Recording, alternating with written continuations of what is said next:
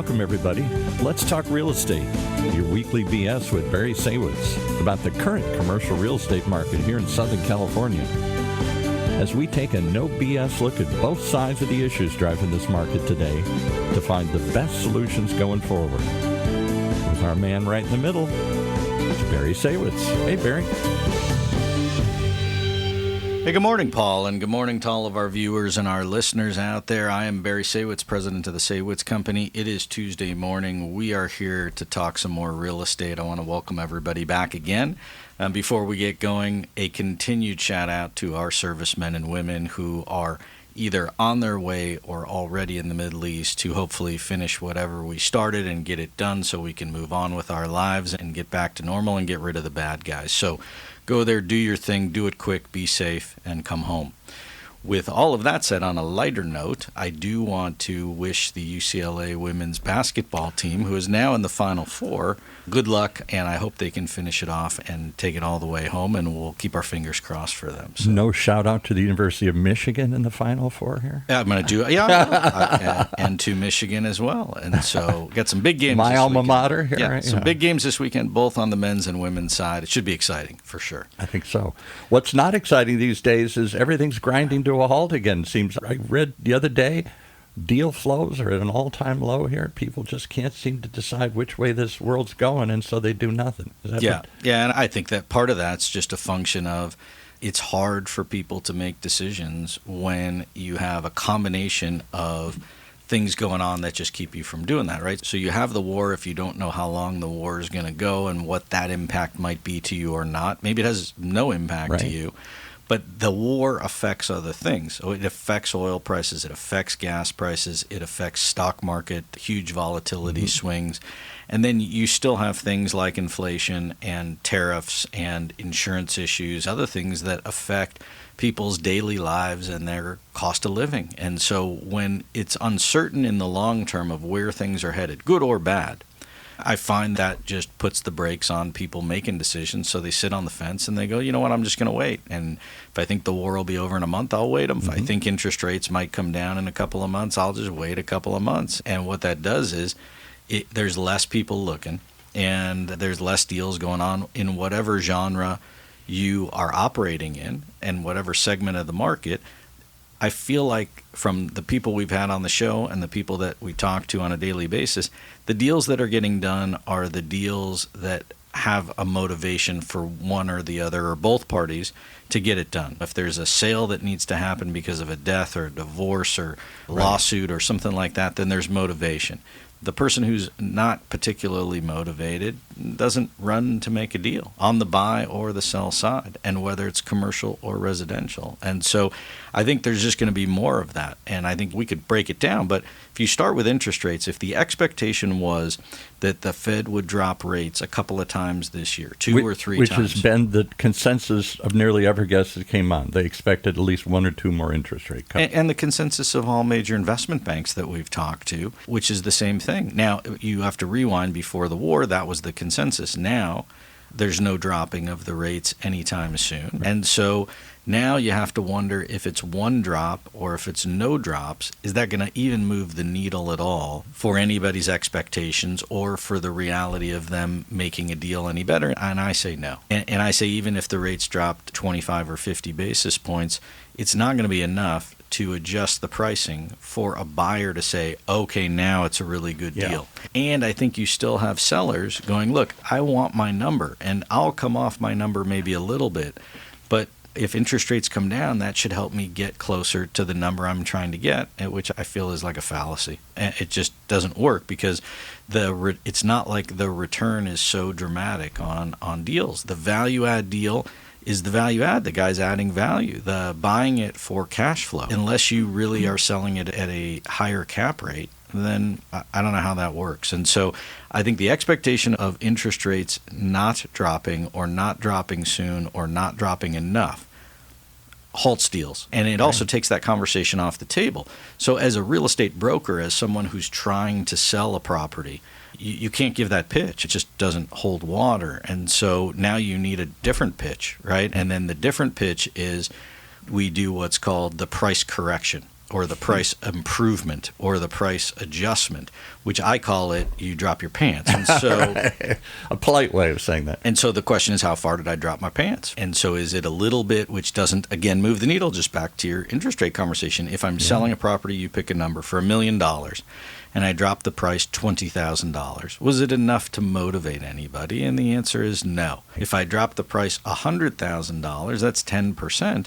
That's enough of a motivator. But then the problem you have is whoever comes to you will then offer you another $100,000 less than the $100,000. So you've just opened up the floodgate for something different, and no different on the leasing side. And so I had a conversation with a guy last week, and he said, "What's the deal?" And I said, "I'm not going to screw around with you. We normally give 1 or 2 months of free rent. I'm going to give you 3 months of free rent. It's the most anybody ever got in the building." And then it was, "Hey, that's not enough." And people either test the waters or haggle, or they want to figure out where the bottom is.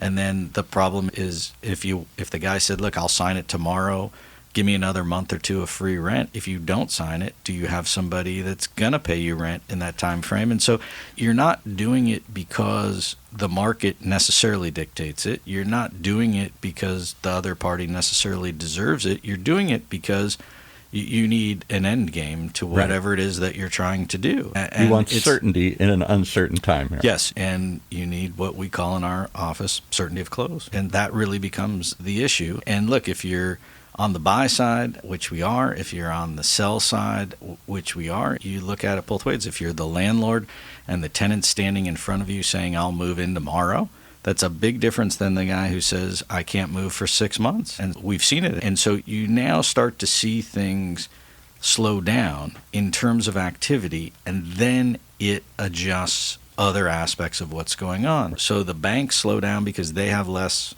deals that flow that they're working on. The brokers slow down because they have to close the deal because they have less deals going on. If I'm working on 10 deals in a hot market, 8 or 9 might close. Right. In a slower market, some might unwind, and then I have to go back to the well, and I made no money, and B, I got to start all over again. Yeah. So we've seen it on the leasing side. We've seen it even in apartments, which continue to be strong, but the fact of the matter is you have less people out there looking around. And as a landlord, you have to be very careful about who you rent to. There are bad people out there. There are people with shaky credit. Those people don't deserve concessions. Yet again, you're back to, if you're standing at my front door, what do I do? Money in hand here, right? What do I do? And so as a landlord or a seller, you've got to either be willing to walk away or adjust accordingly, or give something to be able to try and How quick get does the something market react to these swings? Will you start to see concessions quickly, or do people hold on for hope that this is just a short-term issue here? And that's the other problem, because I've seen it in other cycles of the real estate market where the brokers tend to push the market, and then the comp tends to push the market, good or bad. I remember when I started buying properties out in the Palm Springs area, and I would buy it at a really low cap rate because we were going to remodel it and we were going to raise the rent, and I didn't really care about the cap rate. It didn't even come into my conversation. I just cared about where we were going to get to. But the next deal, the broker would call me, and then he'd say, "Hey, this is at the same cap rate that you bought the other property at, and it didn't have the same kind of numbers." And I said, "Well, that doesn't matter." And so then they'd take it to a different buyer, and they'd say, "Look, this property down the street sold at this cap rate, and then we can, as a seller, we can get you that number." And so that's how brokers tend to push the market up in a hot market. Right. In a down market, what happens is the converse. The broker doesn't really talk about the swinging deal that they gave to somebody else, but it gets out, or if people find out about it, they use it against you. And so here's an example. If I have an apartment complex and we have a unit that we're struggling to get rented, and I say, "Look, just give somebody some free rent so we can get them in there. The guy's ready to move tomorrow. Give him a couple of weeks free," or whatever the case is. And the next door neighbor talks to him and finds out about it. He says, "Hey, my lease is up. You gave my next door neighbor 2 weeks free rent. I want 2 weeks free rent. And if I don't, I'm going to move." And whether he's really going to move or not, he threatens to move. And now you've ratcheted the pricing down. And then if you did that for everybody to accommodate them, maybe some deserve it, maybe some don't, you've now just completely whacked the value of your property. So and maybe the market wasn't demanding that. You just did it. And maybe right. And that's number one. And then number two, regardless, you've just adjusted your entire cash flow, and you can't really afford to do that. It goes back to what everybody always says: don't negotiate against yourself. And so many of us start by, let me cut it, or let me do this, or let me throw this in, as if that will close the deal, and all it does is just start a continuing cycle of more cuts or other things and stuff here. Right, and so then the other problem is, too, then you have a disconnect between buyer and seller. And so then one party says, you know what, forget it, I'm out. And so then the deal doesn't close.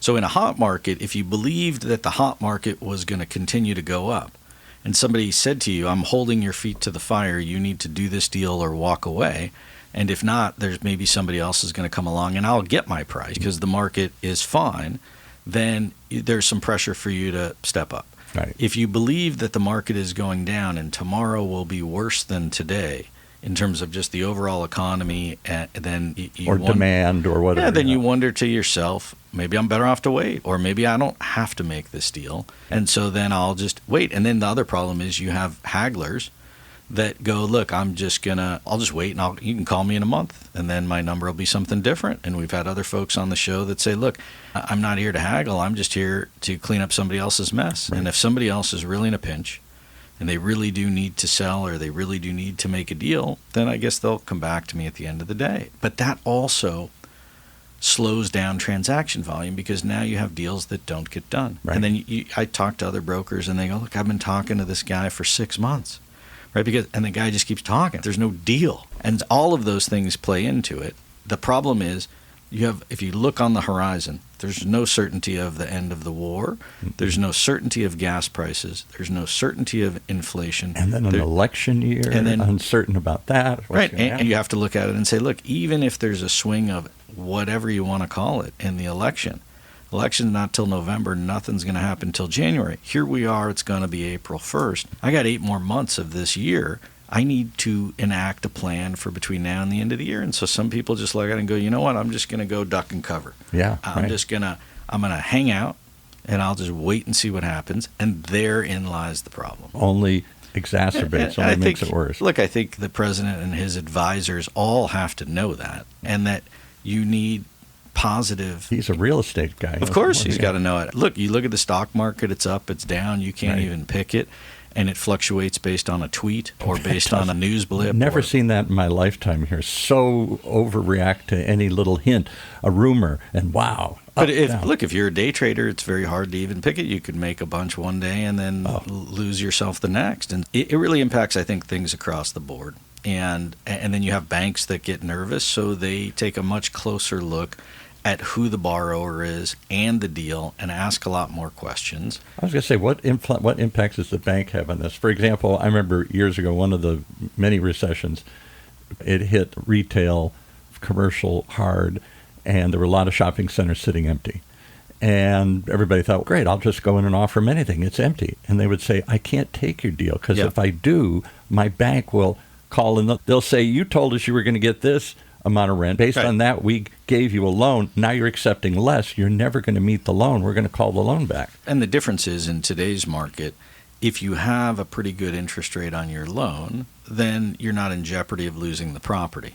And unlike the recession where people were just handing the keys back to the bank and the bank didn't want it, either the bank would make a deal to not take the property back, or the landlord or seller would make a deal that would be unheard of just to not either go bankrupt or lose the property or whatever. You're not there today. And the reason you're not there today is because the real estate prices are still up from where they were before. Right. So if you look at a property and you say, look, I bought it for $1 million. I'm trying to sell it for $2 million. And I'm struggling to sell it, whatever your property is. Right. And then I drop the price to $1.8 million, and then somebody offers me $1.7 million. Did I take a haircut? Yeah, you did from where you started, but you're still making money. Still making money. Right? And so that's different than the guy who bought it for $2 million and has to sell it for $1 million. Right. Because there's nobody there to market it, and $1 million's better than zero.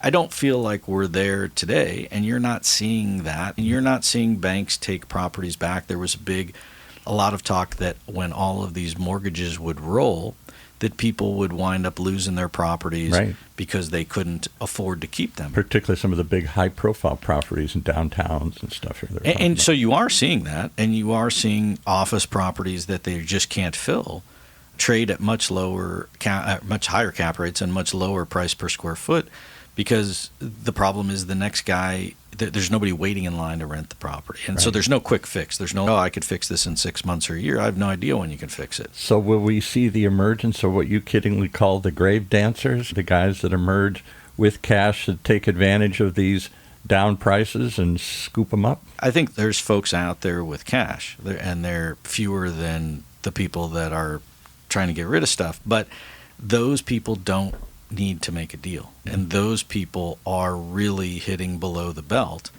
And they're just waiting for somebody who says, you know what, okay, fine, uncle, I'll just sell quit. it. Yeah. And it's not so much I quit. It could be an investment group that says we have a timeline and we have to unload it. It could be two partners got in a fight in a lawsuit and they're forced to sell. It's not so much that it's market driven, it's circumstance driven. And so if you're smart and you are looking for what I'll call super deals, then you can go out and do that. The problem is you get the average guy out there says, yeah, I'm looking for that deal. Great. That deal doesn't exist for the average guy. No. And if it did, somebody else would get to it first and buy it. But it also depends on the size of the transaction. Right? So on a larger transaction, you have much fewer buyers out there that are willing to take a risk on it.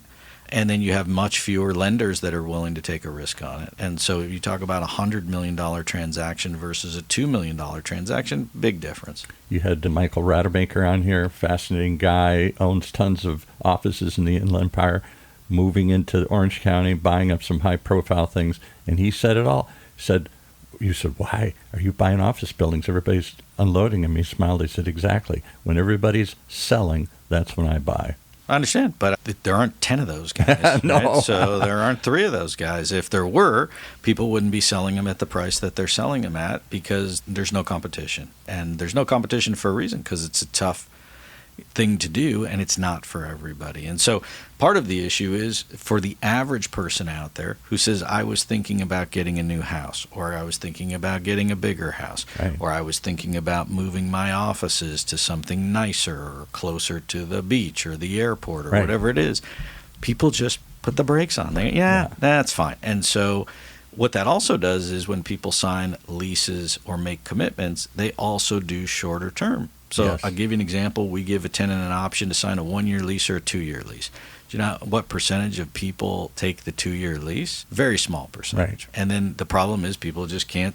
If you can't see out 2 years, what about signing a 5-10-year lease? 10-year lease, yeah. And so, again, that sort of stifles what's going on with transaction activity. I talked to residential brokers. There's less activity across the board. Huge drop. Whether it's small, medium, large size homes, I think the concept's the same.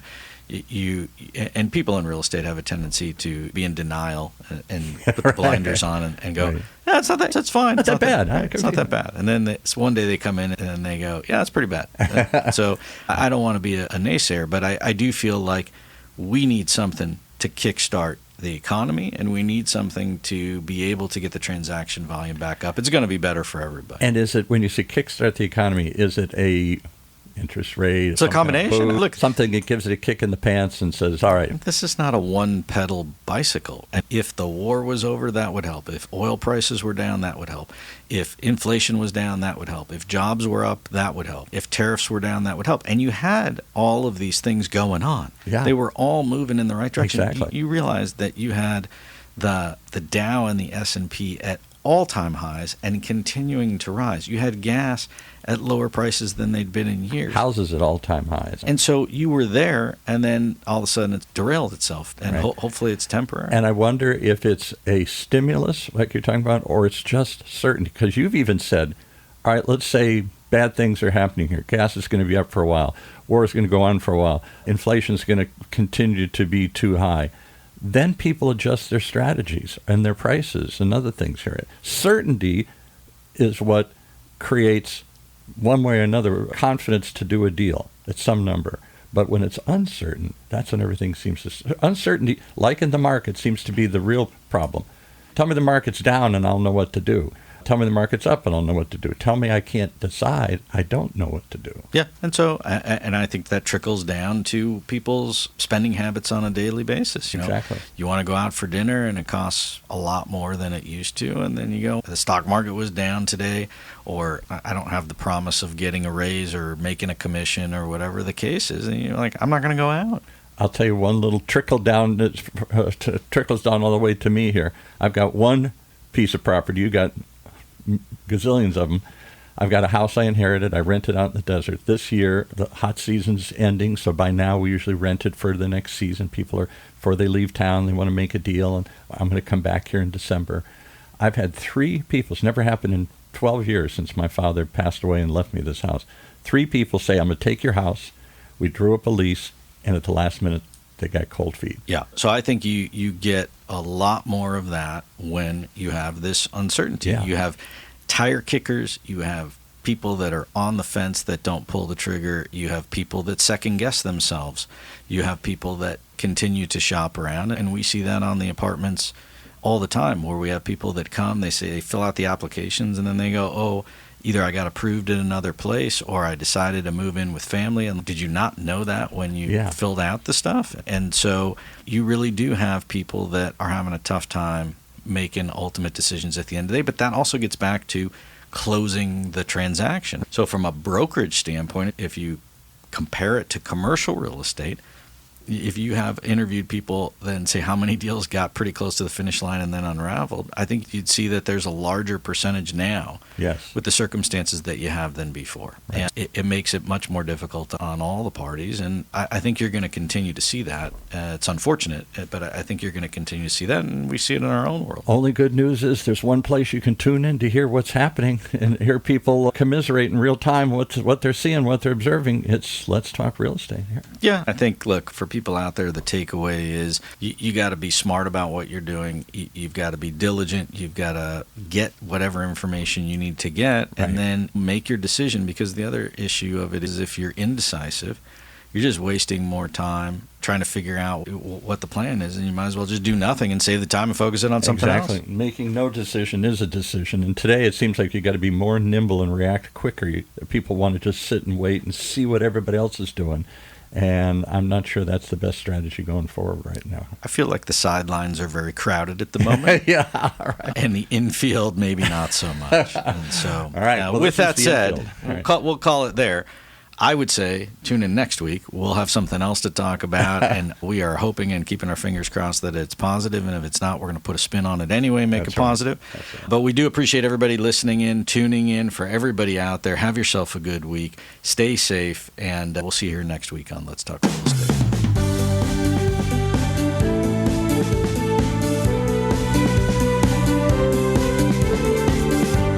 There you have it. You've been listening to Let's Talk Real Estate, your weekly BS with Barry Saywitz about the current state of the real commercial real estate market right here in Southern California.